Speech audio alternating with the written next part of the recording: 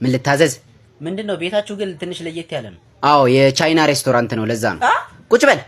እዚህ ገብቶ ሳያዙ መውጣት አይቻልም። እንዴ ምን ማለት ነው? እኔ ቻይና ሬስቶራንት መሆኑን አላወቅኩማ። መብቴ አንዴ ደግሞ መውጣት የቤቱ ህግ ነው ብራዘር። አይካልክ ሚስተር ቹንግን ነው የምጠራው። ይቆልፋል። እንዴ ምንድነው የምታስፈራራኝ?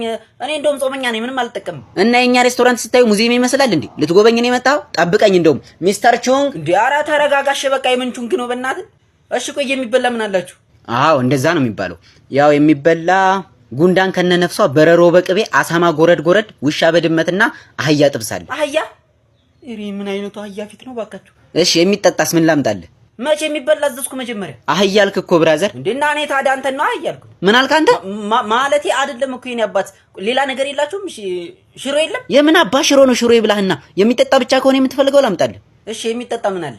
ያው የሚጠጣ የጉንዳን መረቅ፣ የአሳማ ጭማቂ እና የጢንዚዛ ሽንት አለ። አረው እንዴ ሰው የለም እንዴ? ቆይ ቻይኖቹ ነበሩ እኮ አሳማና ውሻ ፍለጋ ወጥተው ነው። ቹንግና እኔ ብቻ ነን የቀረነው። እንዴ ኧረ ብራዘር በእናትህ ተፋታኝ። አስደነገጥኩሻ? እየቀለድኩ ነው ብራዘር። ያውቄ ነው የቻይና ሬስቶራንት አይደለም። የምር? ታዲያ እንደዛ አትለኝም እንዴ? በእናትህ አስደነገጥከኝ እኮ። ሶሪ በእናትህ፣ ያው ትንሽ ላዝናና ብዬ ነው። ይሄ የቻይና ሳይሆን የኮሪያ ሬስቶራንት ነው።